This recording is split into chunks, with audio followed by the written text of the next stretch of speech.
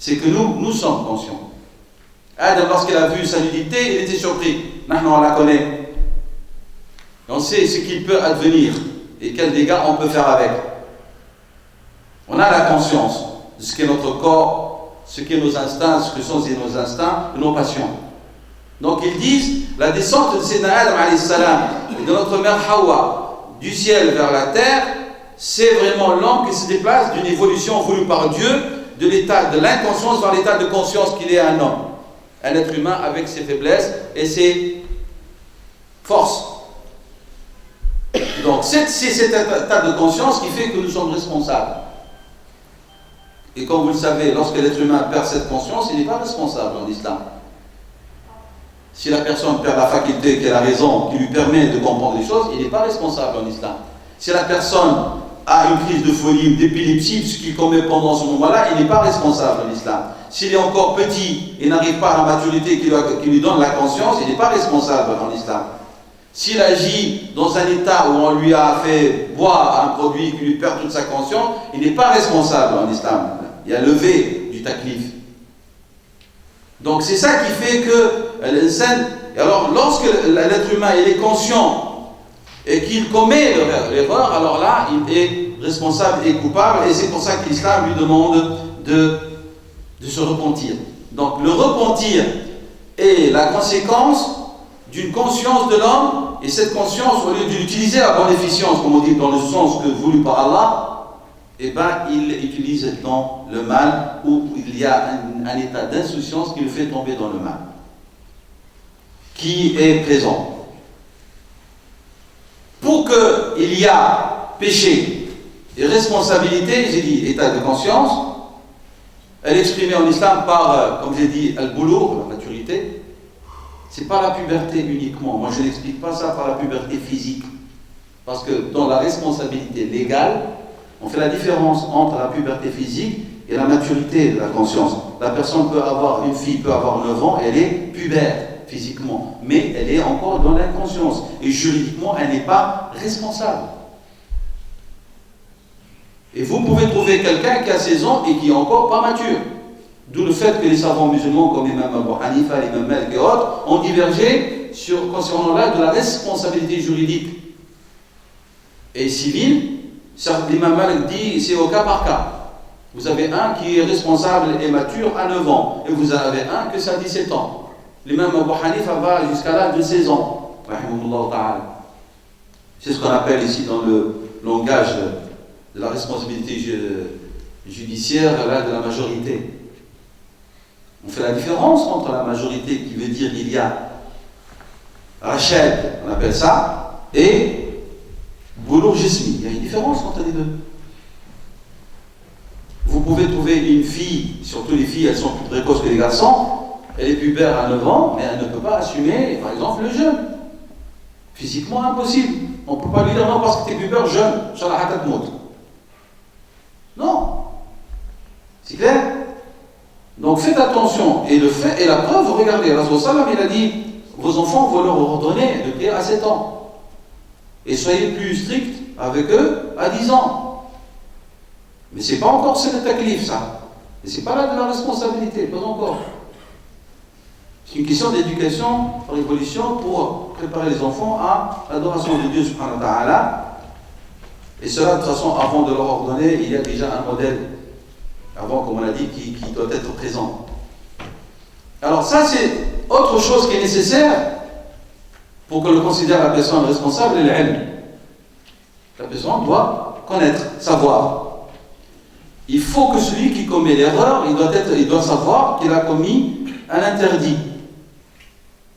Mais s'il a commis la chose par oubli ou sous la contrainte, vous êtes d'accord, ou par erreur, vous savez très bien qu'il y a nul grief en islam. Je parle du principe. Après, on peut entrer dans les détails. Est-ce que la personne, lorsqu'elle a commis, elle était... Ça, c'est une autre analyse. Là, que le prophète a dit, sallallahu alayhi wa sallam, Dieu ne tient pas responsable un membre de la communauté de Mohammed sallallahu alayhi wa sallam qui commet un acte déplaisant ou qui n'est pas conforme au vouloir de Dieu, par erreur, par oubli ou sous la contrainte, éclat. On l'a obligé. C'est dans les sunnahs. Donc le fait qu'on dit que la personne doit savoir, c'est-à-dire que cette personne, elle est consciente et qu'il y a volonté, intention, liée de commettre l'acte. Et d'où le fait qu'en islam aussi, on fait la différence entre l'acte prémédité et l'acte involontaire. Une responsabilité aggravée lorsqu'il est volontaire, conscient, et entre l'acte qui a été commis d'une manière involontaire, ou inconsciemment. Donc il faut que la personne sache. Et là, ça fait partie des choses qu'on doit. Et la preuve qu'on doit savoir, c'est ce que Dieu nous dit. Dieu nous fait apprendre. Dieu dit voilà, il nous donne des informations pour que l'on sache. Il faut que la personne apprenne. Et nous, on doit aussi apprendre, faire apprendre aux autres, aux gens, aux jeunes, ce qui est interdit, ce qui n'est pas permis et en résulte désobéissance et péché. Et faire comprendre donc que dans certaines situations, il y a levé de toute responsabilité. Et c'est ce que Dieu dit, celui qui se trouve obligé, sans être un transgresseur. Ici, c'est le fait de vouloir outrepasser les ordres de Dieu. Il n'y a pas un péché qui résulte dans certaines situations. Si l'individu tombe dans le péché, il est conscient, il est savant ce que Dieu ne veut pas et interdit, et qu'il était libre dans ses actions, qu'il n'y avait pas de contrainte. À ce moment-là, il doit être conscient d'une chose qui résulte de cette position dans laquelle il se met, il s'induit, c'est qu'il va être sujet de la colère divine. Sujet de la colère d'Allah subhanahu wa ta'ala. Ce ghadab d'Allah subhanahu wa ta'ala, il est à l'instant du péché, mais il doit savoir aussi qu'Allah, tout en étant en colère, lui dit: mon serviteur, viens vers moi. Reviens vers moi. Donc il ne faut pas, lorsque vous êtes en présence, c'est-à-dire lorsqu'on veut parler du péché, il faut qu'on tienne un discours pareil. Celui de la gravité, celui de faire peur à nous-mêmes et aux autres, pour que l'on ne tombe pas dans l'erreur. Mais lorsque nous sommes dans un cadre où nous parlons à des pécheurs, imaginons l'un d'entre nous, on lui confie la responsabilité d'aller faire un prêche à des frères qui sont emprisonnés pour avoir commis des erreurs, des délits graves, des péchés, ça s'appelle. Il ne faut pas qu'il arrive là-bas pour commencer à les sermonner et leur ouvrir les portes de l'enfer. Ils sont dedans. Il faut qu'il ouvre les portes du repentir et de l'espoir. C'est la manière dont agissaient les compagnons de Rasulullah qui ont appris cette démarche dans l'école de Rasulullah. C'est dans Abdullah ibn Abbas radiyallahu anhuma. Un jour, il était en présence de ses compagnons, Tabi'in. Et un homme s'est présenté à lui. Il lui a dit: Ya imam, que dit l'islam lorsque quelqu'un tue volontairement une personne? C'est dans Abdullah ibn Abbas, avant de répondre, il a bien analysé la personne. L'interlocuteur. Il lui a dit: Jahannam, l'enfer. Il a pris le verset: celui qui tue une âme volontairement, surtout croyante, il aura un enfer pour l'éternité. L'homme est parti. Ses compagnons lui ont dit: Ya imam, c'est pas ce que tu nous as appris. Il leur a dit: parce que j'ai vu sur son visage, j'ai décelé sur son visage qu'il comptait commettre quelque chose de grave. Il comptait commettre quelque chose de grave. Alors, pour l'empêcher, je lui ai fait peur en évoquant l'enfer. Mais s'il était venu à moi, après avoir commis ce délit, je lui ai ouvert les portes de l'espoir. C'est ça la démarche. Lorsque vous voulez parler de Tawbah, faites attention dans quel contexte vous vous situez par rapport à l'autre. Je parle surtout si vous avez mission auprès de quelqu'un. Maintenant, pour votre personne, il est préférable que la crainte de Dieu soit omniprésente dans votre discours à votre nafs. Il faut que votre nafs, je n'ai pas dit que vous la culpabilisez, c'est dangereux comme discours, mais que vous lui faites un rappel, une exhortation permanente. un rappel et exhortation. Mais ne lui parlez pas de désespoir, parce que c'est une attitude non conforme à l'islam et qui induit la personne à s'éloigner de Dieu subhanahu wa ta'ala. Nous ne voulons pas avoir des musulmans et des musulmanes frustrés par la culpabilité. C'est très dangereux. Parce que ça peut, à cause de la fragilité de beaucoup de frères et sœurs, il y a beaucoup de fragiles, ils risquent d'être perturbés et même de douter. Et c'est dangereux. C'est clair? Donc, pas un discours de culpabilisation, ni pour vous-même, ni pour l'autre, mais de responsabilisation de votre âme, pour qu'elle soit toujours dans un état d'éveil, de conscience. At-tawbatu, de point de vue langue arabe, je vous donne le terme arabe correspondant synonyme. Hiya al-rujur, raja'a, taba, raja'a, hada. Il était dans ce sens-là, il revient. Il fait un retour vers Allah subhanahu wa ta'ala. Donc dans la langue, taba veut dire raja'a, revenir, retourner. On dit un tel taba min dhanbihi ay raja'a an dhanbihi, c'est-à-dire il a laissé son péché là-bas et il est revenu. C'est ça le sens de tawba. Et cette tawba, dans notre religion, lorsque vous regardez les textes coraniques et les textes prophétiques, vous allez voir qu'Allah subhanahu wa ta'ala, parfois il l'attribue au serviteur et parfois il se l'attribue à lui-même subhanahu wa ta'ala. Vous, les serviteurs, toubu ila Allah, et lorsqu'il parle de lui, il dit qu'il est repentant. Donc lorsque vous regardez les textes, vous allez voir que Dieu parle de tawba en l'attribuant au serviteur et en se l'attribuant à lui-même subhanahu wa ta'ala. Lorsque la tawba elle est attribuée au serviteur, donc cela signifie son retour à Dieu en délaissant le péché. Retour du serviteur vers la voie de la droiture, de la rectitude, sirat al-mustaqim, après s'être dévié de cette voie. Alors il revient. Il a accompagné le péché, il laisse le péché, il revient vers Dieu sans le péché.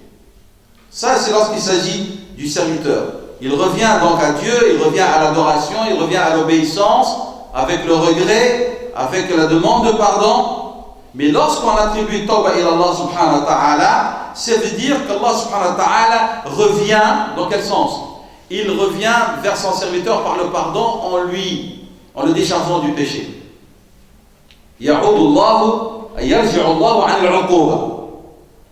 Parce que Dieu décrète punition, elle est là. Mais lorsque le serviteur revient vers Dieu, Dieu revient vers le serviteur par le repentir en laissant tomber la sanction qu'il allait infliger à son serviteur pécheur.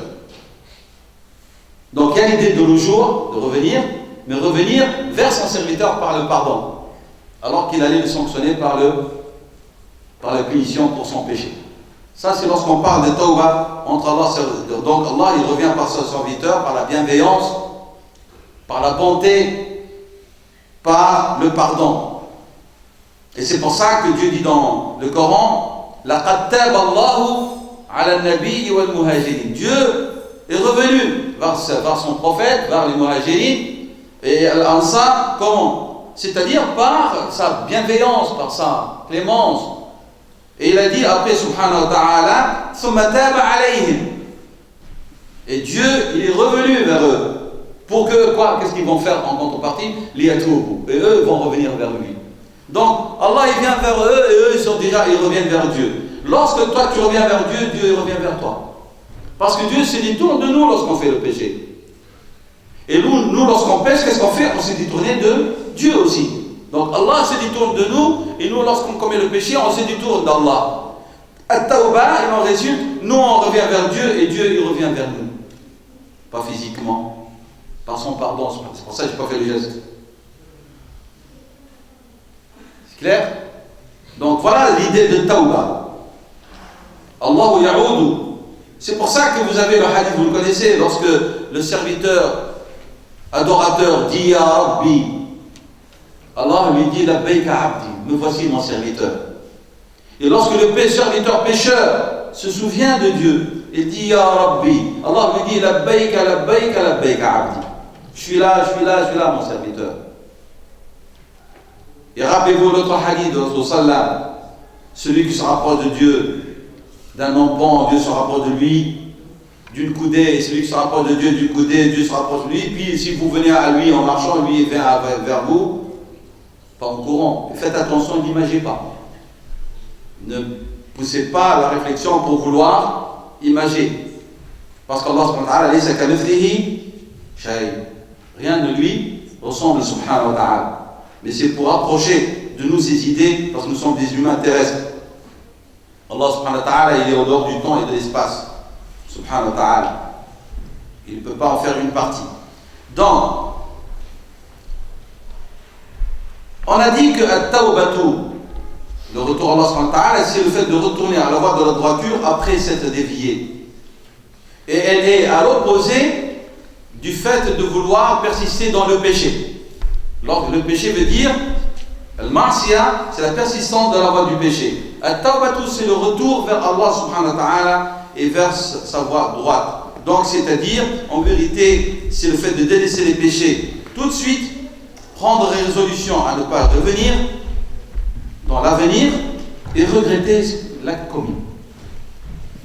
Alors, quels sont les éléments d'une tawba sincère? Une tawba sincère nécessite, lorsqu'il s'agit d'un péché commis vis-à-vis d'Allah subhanahu wa ta'ala, le respect et l'accomplissement de 3 actes. Et lorsqu'il s'agit d'un repentir, d'un délit, d'un péché commis envers son prochain, elle nécessite le respect et l'accomplissement de 4 éléments. Lorsqu'il s'agit d'un acte commis envers Allah subhanahu wa ta'ala, la désobéissance, cela nécessite l'arrêt tout de suite de l'acte interdit. Fil hal, tout de suite, et non pas Inch'Allah. Allah yahdina. Non, tout de suite. 1. 2. Al-nadam. Le regret sincère, qu'on appelait tout à l'heure l'alam, la douleur dans le cœur. C'est clair? Et là, lorsqu'on a cette douleur-là, on prend une résolution de ne plus revenir au péché. 3e élément, résolution de ne plus revenir, de haïr le péché, comme on aurait être jeté dans le feu. Ça, c'est lorsqu'il s'agit de désobéissances commises envers Allah subhanahu wa ta'ala. Lorsqu'il s'agit de notre prochain, on garde ces 3 éléments et conditions, on y ajoute la 4e, c'est soit la demande de pardon ou la réparation. Demande de pardon ou réparation. Et là, il y a discussion, avis, solution apportée par nos savants lorsqu'il s'agit de gens envers lesquels on a commis du mal, mais on ne sait plus les trouver. On ne sait pas où est-ce qu'ils vivent, peut-être ils sont décédés. Comment devons-nous faire pour se considérer allégé de ce fardeau? Alors il y a des réponses apportées à ce sujet, ce n'est pas le lieu pour en débattre, Inch'Allah. Voilà, ça ce sont les 4 éléments qui sont nécessaires pour que le repentir soit accepté. Allah subhanahu wa ta'ala dit que at-tawba, pour qu'elle soit acceptée, il faut qu'elle soit vite accomplie, c'est-à-dire min qarib. Et non pas attendre sa vieillesse ou attendre le moment de sa mort. La bonne tawba, la meilleure, c'est lorsque tu te repens à Allah subhanahu wa ta'ala et tu es toujours en bonne santé, tu es dans un état d'aisance et de force et de vigueur, et tu prends conscience et tu reviens à Dieu. Se repentir jeune, c'est mieux que de se repentir âgé. Se repentir en état de bonne santé, c'est mieux que de se repentir lorsqu'on sait qu'on a une maladie incurable et qu'on nous a dit que tu vas mourir dans 6 mois. Comme les actes et les bonnes actions, donner et dépenser pour Dieu alors qu'on est en bonne santé et on aime l'argent, c'est mieux que de donner son argent parce qu'on sait qu'on va mourir. Un homme est venu se présenter à Rasulallah, il a dit à Rasulallah, quelle est l'action la plus louable par Dieu? Il lui a dit que tu donnes de ton argent alors que tu es en bonne santé et avare, wa shihih. Tu as peur de la pauvreté. Takhsha al-faqr. C'est mieux que de donner ton argent alors que tu es saqim, malade. Parce que tu sais que tu vas mourir. Je suis jeune, plein de force de la vie, vigueur, où le shaitan me dit hey, tu es dans une société où l'argent est important, il ne faut pas donner, alors tu cherches la petite pièce. Lorsqu'il s'agit d'une action louable pour l'islam ou pour les musulmans, et tu ne veux pas donner les billets, alors que ton âme, mashallah, peut-être une masse, une liasse, tu ne veux pas donner parce que tu as peur que les 5 euros t'appauvrissent. À ce moment-là, lorsque tu dépenses alors que tu es en bonne santé et que tu aimes l'argent, et que le shaitan te fait miroiter la pauvreté, c'est mieux et c'est meilleur que de faire une aumône alors que tu es malade. C'est clair? Donc ça c'est... Donc le repentir doit se faire tout proche, vite.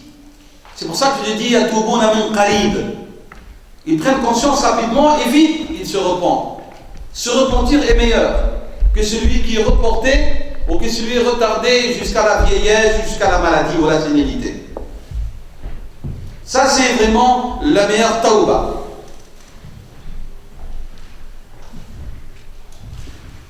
Sachez que le repentir n'est pas accepté lorsque le serviteur voit les signes de la mort.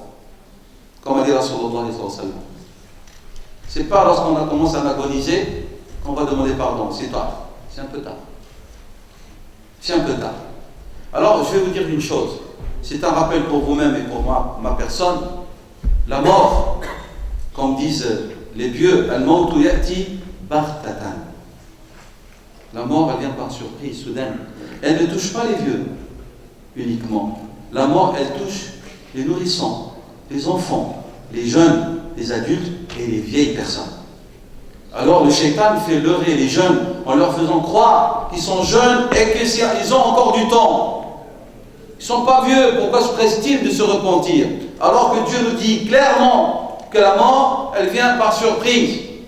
Et personne ne sait quel est le moment de sa mort. Tu peux mourir jeune, si Dieu l'avait décrété ainsi. Et tu mourras jeune. C'est pour ça, Dieu nous a conseillé par amour, subhanahu wa ta'ala, de se repentir vite. Parce que nul d'entre nous ne sait quel sera le moment de sa mort. Al-mautu ya'ti baghtatan. Wal-qabru sunduq al-amal. Et la tombe, c'est la caisse de nos actions. Al-mautu ya'ti baghtatan wal-qabru sunduq al-amal. Donc l'être humain sensé, c'est celui qui prend conscience que la mort donc peut survenir à tout moment. Et donc il doit être prêt à la recevoir dans un état de repentir. D'où l'exigence et la nécessité de se repentir fréquemment. Comme j'avais commencé mon intervention par l'état de Rasulullah sallallahu alayhi wa sallam, se repentir fréquemment, se remettre en question chaque jour et faire sa tauba avant de dormir chaque nuit si Dieu nous permet d'arriver et d'atteindre le soir. Et de prendre la résolution de ne pas revenir à ce qui a été commis en journée. C'est-à-dire, on doit faire succéder le repentir, l'action du jour, à l'action de la nuit par des repentirs permanents. Si on ne veut ne pas être surpris par la mort et regretter de ne pas s'être repenti à Allah subhanahu wa ta'ala.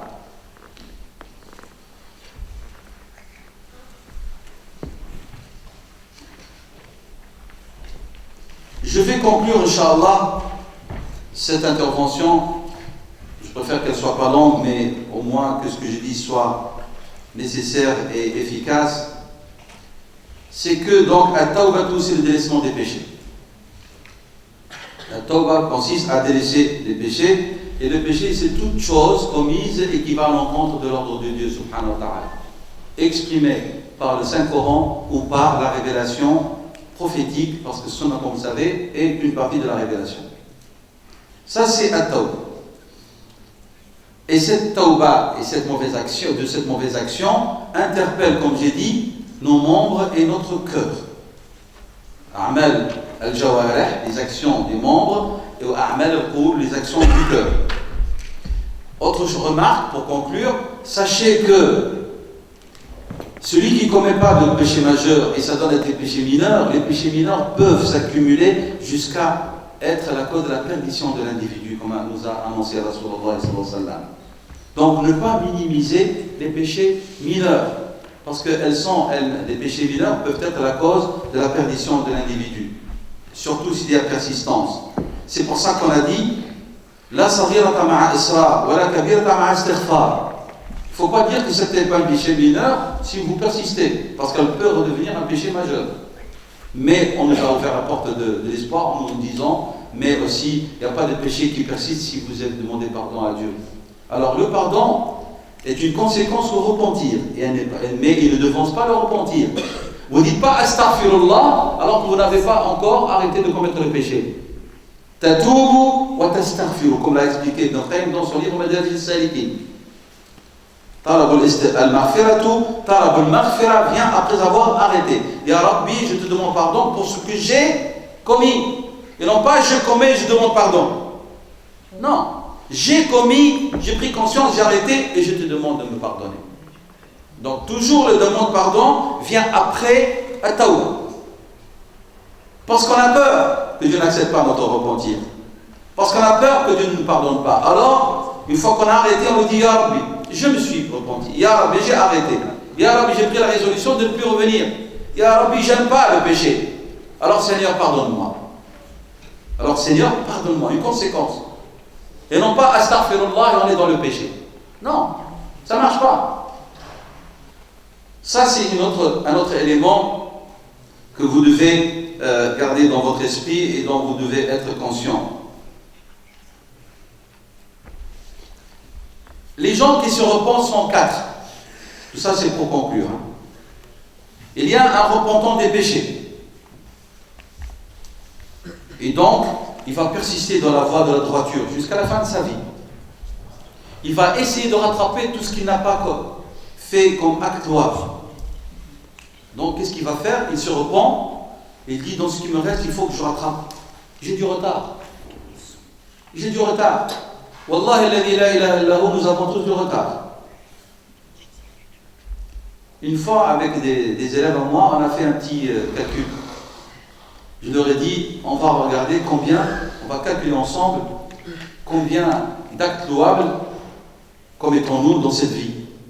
Et est-ce que le cumul, la somme de ces actes, peuvent-ils être un garant pour qu'on puisse accéder au paradis de Dieu et le mériter? On a fait le calcul suivant. Notre prophète nous a annoncé, sallallahu alayhi wa sallam, que la moyenne de vie de sa communauté, c'est F70. La moyenne, c'est-à-dire entre 60 et 70. Et il y a ceux qui dépassent, mais la moyenne, c'est celle-là. Amar ummati a dit ça, F70. Donc on a dit, la grande majorité des membres de notre communauté, lorsqu'on fait une analyse, on voit qu'ils reviennent vers Dieu vers 30, 40. Shaitan les a le en leur disant, vous êtes jeunes. À 40, vous revenez vers Dieu. Moi, j'ai dit, on va être généreux, on va dire 30 qui vont revenir. La moyenne, je parle. À 30 ans, donc il y a 30 années de ce capital que Dieu a accordé est parti, dilapidé. On va dire que cette personne va vivre 70 ans. Donc il a encore 40 ans.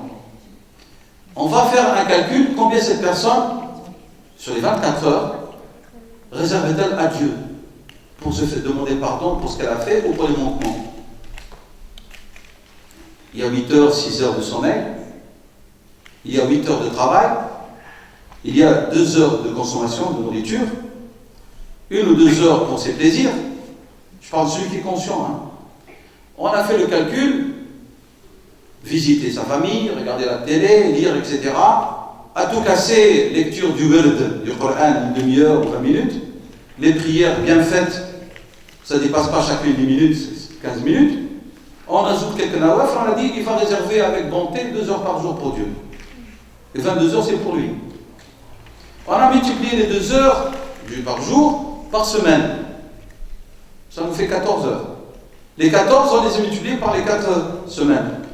Puis on les a multipliés par les 12 mois. Puis on a multiplié ça par les 40 ans qu'il lui reste à vivre. On a trouvé ces 5 années et quelques mois. Sur les 70 années qu'Allah a accordé à ce serviteur, il va adorer Dieu 5 ans et quelques mois. Est-ce que les 5 années et quelques mois peuvent-ils être, ou peuvent-elles être, une somme valable pour mériter la marchandise qui est très chère, c'est de Dieu. Au sujet de laquelle il a dit sallallahu alayhi wa sallam, la marchandise de Dieu, elle est très chère. La marchandise de Dieu, c'est le paradis. C'est clair? Donc il y a des gens qui prennent conscience de cette négligence, de ce manquement. Alors lorsqu'ils reviennent vers Dieu, ils vont essayer de réserver le plus de temps pour rattraper ce qu'ils n'ont pas pu accomplir. Et ce sont des gens qui font tout pour que leur âme ne leur suggère pas l'idée de commettre de nouveau le péché. Et donc ce sont des gens qui vont s'assigner, s'imposer à rester dans le voie de l'istiqam, de la droiture. Ça ce sont des gens vraiment que Dieu a appelés as-sabiqu bil khayrat. Cours pour acquérir le khayrat, les biens. C'est un premier genre de repentant. Et c'est ce qu'on appelle le tawba al-nasuh. La tawba, le repentir sincère, véridique. C'est celle-ci. Le deuxième sorte de repentant, c'est un repentant qui va prendre la voie de la droiture. Il va accomplir les grandes bonnes actions. Il va délaisser les graves péchés. Mais il va de temps en temps avoir des suggestions involontaires qui le poussent à s'induire à se mettre dans une situation de péché mineur. هو سالك في الطريق ولكن إتح يزلق, il glisse de temps en temps, mais sans intention voulue. ليس هناك إضمار, il n'y a pas une préméditation. Ça c'est le deuxième repentant. Et celui-là, chaque fois qu'il commet une erreur inconsciente, mais il se prend conscience après de la gravité de ce qu'il a fait, même si c'est mineur, il tombe dans la peur, dans la culpabilité, dans le regret, et il renouvelle sa résolution ferme de ne pas revenir. C'est celui-là qui est dans l'état de nafs al-lawam. C'est celui qui est là, dont son nafs lui en veut, dont Dieu a parlé dans le Coran. Il a juré, il a dit wa nafs al-lawam, elle talumuka, elle t'en veut, ton nafs elle t'en veut si tu tombes. Et cela, cette situation, c'est la situation de la grande majorité des repentants. La grande majorité, ils sont là, des repentants. Troisième, c'est quelqu'un qui demande, qui se repent, il reste sur le choix de la droiture, mais son nafs et ses passions prennent le dessus. Et il commet le péché volontairement, parce qu'il n'arrive pas à battre son nafs. Il s'allie, il sauve, il s'acquitte de la zakat, il fait des aumônes, il participe aux œuvres de bienfaisance, il s'acquitte dans tout ce qui est utile à sa communauté, il est présent partout. Voilà, il a une faiblesse. Chaque fois que son nafs et ses passions remontent, hop, il la suit. Il suit. Et donc, il est incapable de battre. Donc, il est quelqu'un qui est assidu dans les adorations, mais il y a en lui une somme de péché omniprésent, et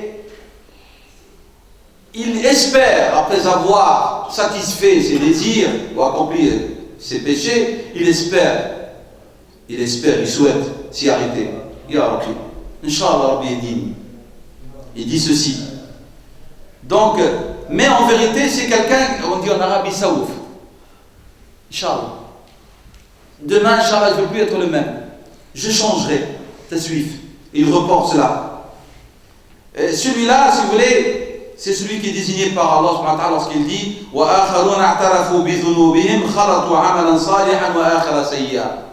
il reconnaît ses péchés. Il y en a d'autres, il dit, qu'est-ce qu'ils ont fait? Ils ont mélangé. Quoi? Ils reconnaissent déjà, ils reconnaissent leurs péchés, ils ont mélangé une bonne œuvre avec une mauvaise. Malgré qu'ils reconnaissent cela, leur situation est dangereuse. Ils sont vraiment dans un état très dangereux, parce que la mort peut venir par surprise, alors qu'il ne s'est pas repenti. Et cela, c'est ceux dont la destinée dépend de la volonté de Dieu, soit il leur pardonne, soit il les punit.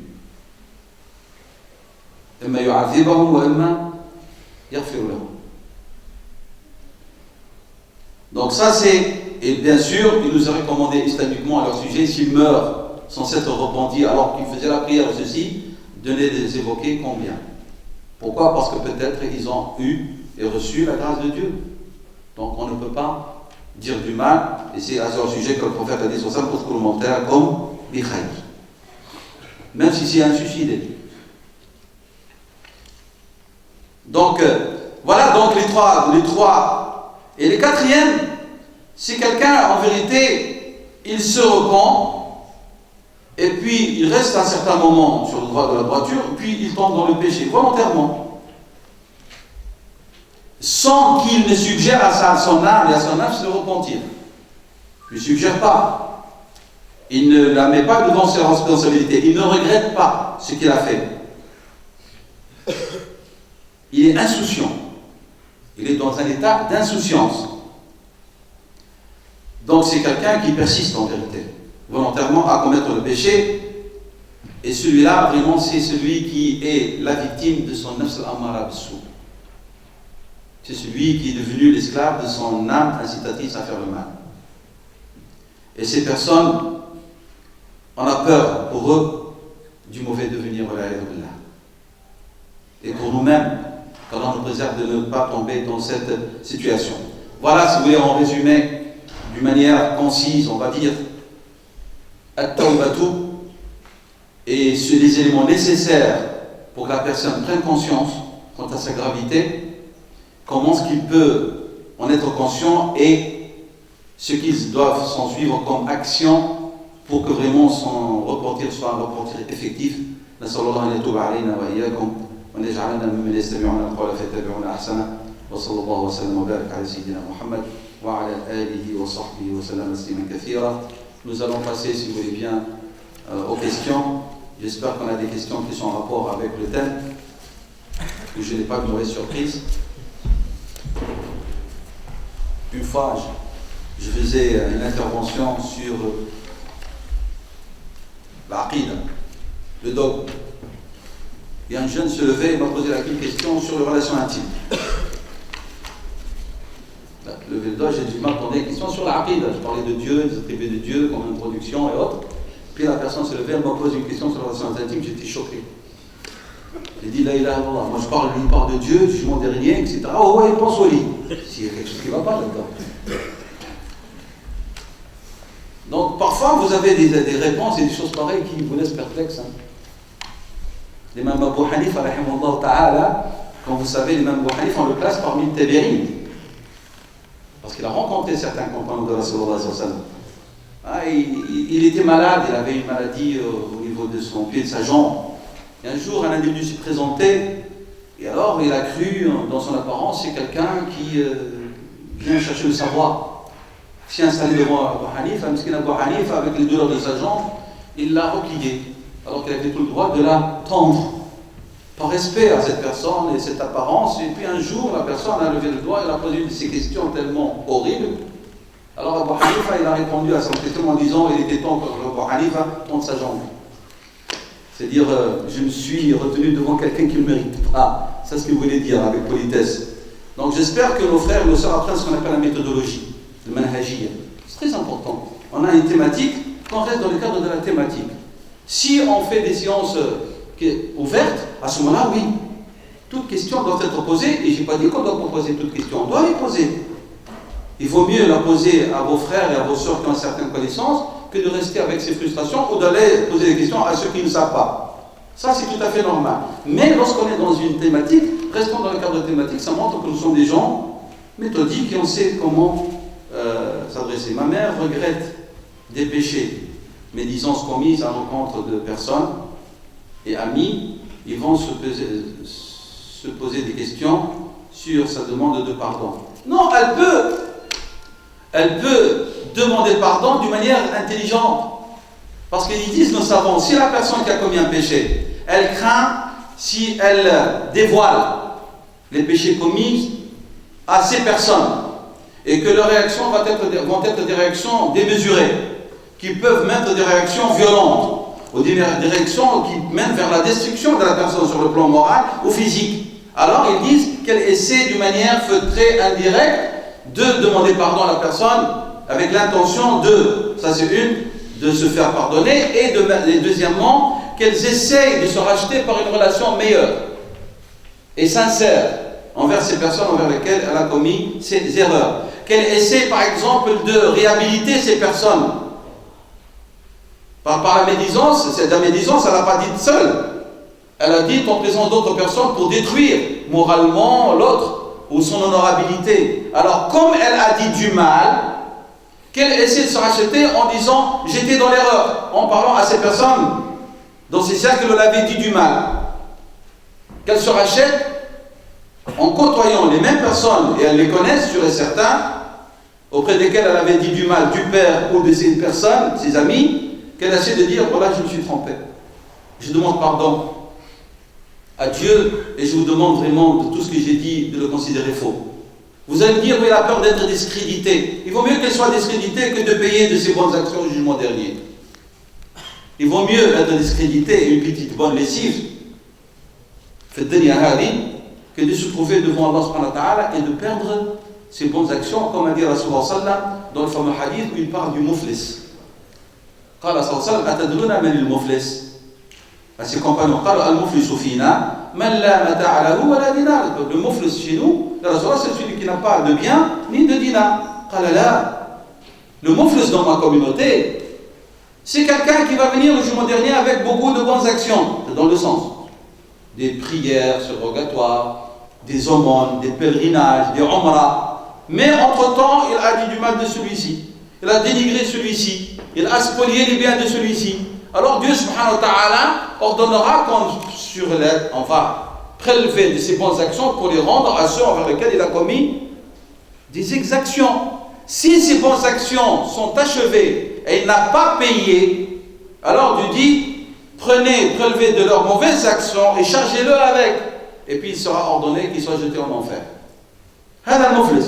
Est-ce qu'il vaut mieux demander pardon ici et rectifier ici ses erreurs ou de se trouver dans un état de muflis sur le qiyamah? C'est un choix qu'on doit faire. Donc on peut, il y a des possibilités. Si l'on craigne que la réaction soit des réactions démesurées des personnes victimes, alors on corrige d'une manière indirecte, comme j'ai dit, en rendant l'honorabilité à ces personnes envers lesquelles on a dit du mal. Et tauba entre personnes, si quelqu'un qu'on a agressé est mort, comment faire pour lui demander pardon? Nos savants, ils ont dit, faites des aumônes en son nom. Faites des sadaqat au nom de la personne envers laquelle vous avez commis des mauvaises choses. Et dédiez les bonnes actions de ses œuvres à ce mort. Parce que Allah dit, les bonnes actions font effacer les mauvaises. وقال صلى الله عليه وسلم أتبع السيئة الحسنة تمحوها. Fais suivre la mauvaise par une bonne action, elle l'efface. Donc la seule chose qui reste à faire par cette personne, c'est de multiplier les bonnes actions et de faire des aumônes au nom de cette victime en le lui attribuant et en demandant pardon à Allah subhanahu wa ta'ala. Il n'y a pas d'autre solution.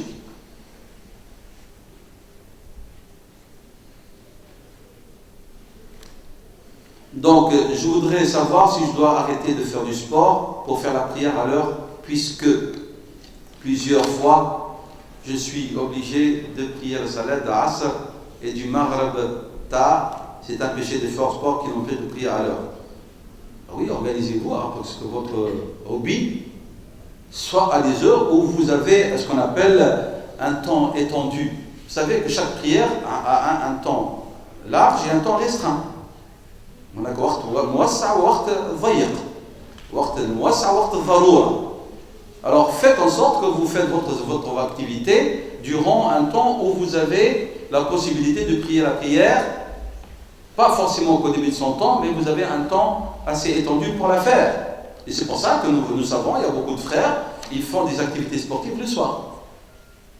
Ils louent des salles le soir, comme ça ils font la prière du Maghreb ou la prière là-bas sur place, puisqu'ils louent la salle, ou ils font après la prière de Isha, ils louent la salle, après faire le Maghreb, ils vont louer la salle, et ils font leur activité, et ils font l'Isha après, en groupe, on va se séparer, ou avant de jouer. C'est à vous de vous organiser, c'est une question d'organisation.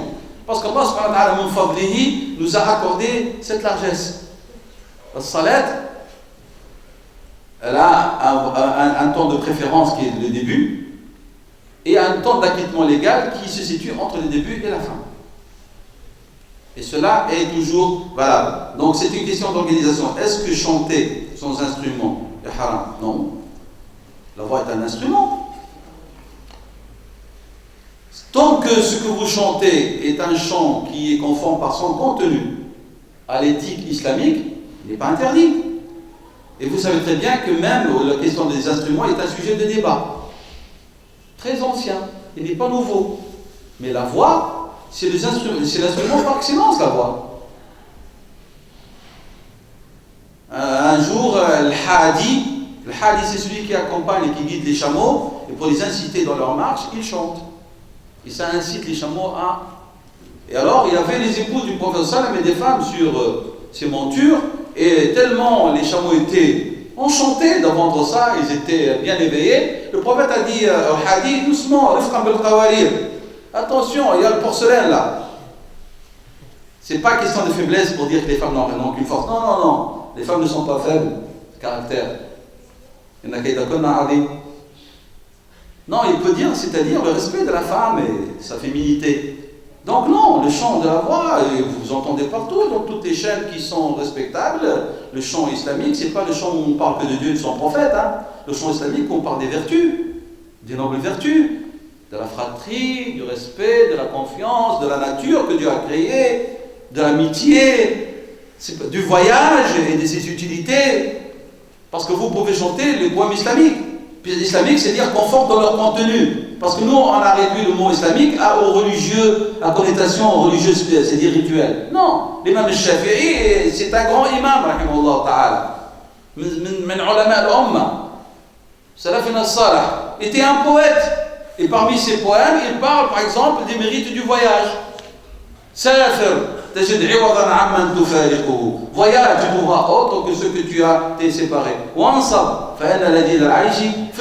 Fatigue-toi, parce que la fatigue, elle donne un sens à ta vie.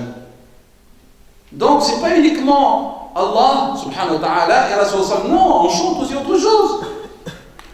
On chante tout ce qui peut inciter l'être humain à avoir une vie heureuse dans ce moment, dans sa relation avec l'autre, mais conforme à l'éthique et à la morale islamique. Il y a des frères qui poussent le bouchon loin et ils interdisent même le chant. Trop. Ah non, soyons sérieux. Il faut lire la sunna, l'Iftahalik de Rasulullah sallam. Si vous cherchez la rigueur, il n'y a pas plus rigoriste que l'islam.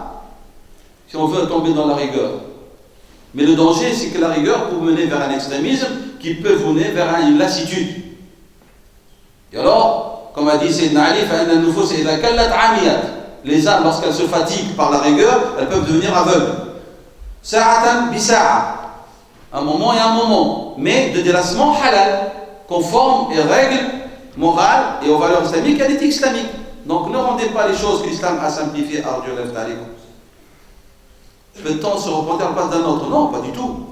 Non. Il n'y a pas de procuration dans le repentir. Non. C'est une action personnelle. La seule chose que vous pouvez faire pour quelqu'un qui ne s'est pas repenti, c'est de faire des invocations pour que Dieu lui pardonne. C'est tout, faites du doigt. Mais vous ne pouvez pas dire, Ya Rabbi, je me reprends à la place de ma mère. Ya Rabbi, je me reprends à la place de mon père. Non, ça ne marche pas, ça n'existe pas. C'est individuel. Mais vous faites du doigt, et peut-être par vos invocations, Allah subhanahu wa ta'ala pardonnera à cette personne. Quand bien à dire de personnes vont se trouver élevées dans les degrés du paradis, et elles vont être surprises, Seigneur. Par quoi? Je ne mérite pas. Elle dit par les invocations de tes enfants. D'où l'utilité d'avoir des enfants pieux. Ça fait partie de cette aumône permanente qui dure après la mort de l'individu. Voilà, dans ça, on yad'u lahu. On va dire Rasulullah sallallahu alayhi wa sallam. Si l'on juge cette personne inconsciente, je vous ai dit, l'inconscience, c'est lorsque la personne n'est pas en possession de ses facultés. Mais si elle est consciente du bien et du mal, elle est responsable. J'ai expliqué quels sont les actes du repentir, donc je ne vais pas revenir sur ce sujet. Pouvons-nous parler des péchés personnels à quelqu'un pour lui servir d'exemple? Non, s'il vous plaît. Non, ce qu'Allah a caché, a couvert, ne le découvrez jamais à personne. Il y a une mode à laquelle je m'oppose, moi. C'est que certains jeunes, surtout ici, j'ai vu ça ici, lorsqu'ils se repentent et puis ils vont se marier, il va commencer à poser des questions sur le passé de la fille. Est-ce que tu as péché? Est-ce qu'elle t'est sortie? Tu as flirté, etc. Parle-moi. Et moi aussi, elle lui dit, je veux que tu me parles de ton passé. Mais une fois qu'elle lui dit, par exemple, qu'elle a commis la fornication, c'est fini. C'est le diable en personne, il ne peut plus se marier avec elle. Ou si lui, il lui a dit, j'ai fait ceci, elle va douter toujours de lui. Ou le jour où il y aura des différences, il n'en parle pas à l'instant même, mais le jour où il y a des différends, l'un ou l'autre sortira ça. Tu viens me faire des leçons, tu te rappelles, toi, tu as fait ceci, ceci.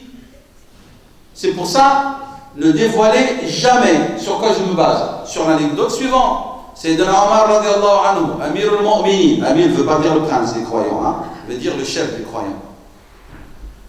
On n'a pas de titre aristocratique en islam. Amir al-Mu'minin, et c'est même pas lui qui a voulu. C'est les compagnons qui ont dit Nahnu al-Mu'minun wa anta amiruna. Nous sommes les croyants, tu es notre chef. Parce qu'Amir en arabe veut dire le chef. Lorsque vous partez en voyage, vous nommez un Amir. C'est pas un prince, il va commencer à se comporter comme un prince. Il refuse de vous écouter. Mais non, c'est-à-dire que vous lui avez délégué la responsabilité de diriger le voyage selon la consultation établie entre vous. Et lui, il va veiller à exécuter les décisions que vous avez prises ensemble. C'est ça, se dire un Amir. Et non pas vous nommez un frère et puis commence à faire le chef absolu. C'est pas ça le but. Donc un Amir, c'est vraiment le responsable du groupe, et même c'est une charge grave. Et donc, c'est dans Omar, un homme s'est présenté à lui. Il a dit, Ya Amir al-Mu'minin, j'ai une fille qui a commis az-zina, célibataire. Puis, pris de regret, elle s'est ouverte les veines. Elle voulut se suicider. On l'a sauvée, extrémiste. Et puis, elle a accompli le tawbah dont on a parlé. Pris de regret, elle a voulu donc se reprendre en main, et elle est devenue un modèle de piété. Un modèle. Jusqu'à ce qu'elle est devenue quelqu'un de connu par cette piété. Et voilà, une famille est venue pour demander sa main, pour ses qualités. Dois-je leur parler de son passé? C'est-à-dire, le père est un homme honnête, il voulait leur dire ce qu'elle était. Voilà, Benti Taïba wa lakenna. C'est Omar lui a dit, tu la maries comme une fille honorable. Et si tu divulgues son secret, je te châtierai d'un châtiment exemplaire. Parce que l'islam dit, Man taba, taba Allahu alayhi. Ata'u min dhanbi kama la dhanba la, a dit Rasulullah sallam. Celui qui se repent d'un péché, c'est comme s'il n'avait pas péché. L'islam, yajubbu ma qablahu. Le retour vers l'islam, yajubbu. Vous savez ce que veut dire yajubbu? C'est du terme al-jub. Al-jub veut dire en arabe un puits profond. Alors imaginez maintenant devant que Allah, l'islam, qu'est-ce qu'il fait? Ils vont vos péchés, vos manquements, et ils les ont vus dans un puits profond, et les cache. Vous vous êtes repentis, vos péchés sont enfouis. Allah vous a accordé sa grâce, et vous devez avoir cette certitude. Si vous êtes repentis d'un repenti sincère. Pourquoi est-ce que vous venez divulguer ce que Dieu a couvert? De quel droit? Lorsqu'on se marie, par exemple, avec une sœur, ou une sœur se marie avec nous, elle ne se marie pas avec mon passé. Elle se marie avec mon présent et le projet à venir entre nous. Je me marie avec une sœur pour ce qu'elle est, sur un projet à venir, Inch'Allah. Et non pas je me marie avec ce qu'elle était. Parce que si on va commencer à soulever ce qu'on était, il n'y a pas l'un d'entre nous qui n'a pas échappé au péché, mineur ou majeur. Oui ou non? Et alors cela va susciter des rancunes. Et je répète autre chose pour finir ce point. Allah, il s'appelle At-Tawwab. Lorsqu'il revient par le pardon vers son serviteur, c'est définitif. Allah, il ne veut pas jouer. Mais nous, les humains, et Allah, il oublie, entre guillemets, ses péchés parce qu'il est revenu par son serviteur, par l'acceptation et le pardon. Mais nous, on n'oublie jamais. On fait ressortir cela. On fait ressurgir au moment de la rancune et des désaccords.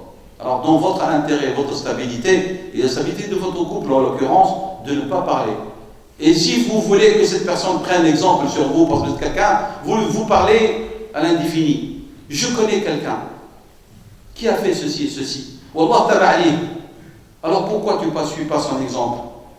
Et vous n'avez pas besoin de parler de votre personne. Allez voir, il y a des compagnons et des tabi'in qui étaient loin, et des tabi'in, et ils sont devenus des modèles comme Ibrahim ibn Adam et autres. Il y avait des voleurs, bandits du grand chemin, des buveurs, ils sont devenus des hommes pieux et ils ont laissé des traces dans notre civilisation et dans notre pensée religieuse. Mais ne parlez pas de votre personne, et lorsque vous parlez aussi aux gens, ne dites pas, comme j'ai dit tout à l'heure, je vous ai dit un frère, mais je ne dis pas, il s'appelle Abdallah ibn Zakaria. Et je vous donne même son adresse et son numéro de téléphone. Non, j'ai dit un frère, dans l'absolu, allez le chercher. Et si vous venez me dire qui est, je vous sanctionne. Parce que je n'ai pas à vous dire qui c'est. Mais je cite, Qilali, on m'a rapporté, les gens honorables, de confiance, qu'il y avait quelqu'un qui a fait. Mais on ne doit pas déterminer. Donc ne parlez pas de votre personne, vous pouvez en parler, comme on dit, le ra'id.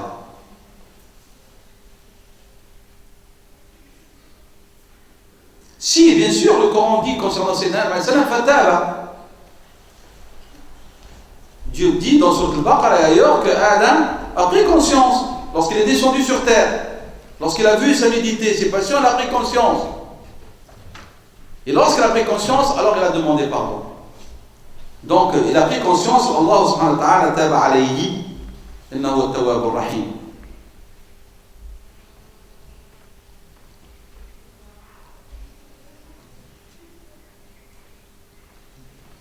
Quand un homme veut se marier, ça je le laisse après parce qu'il est hors sujet.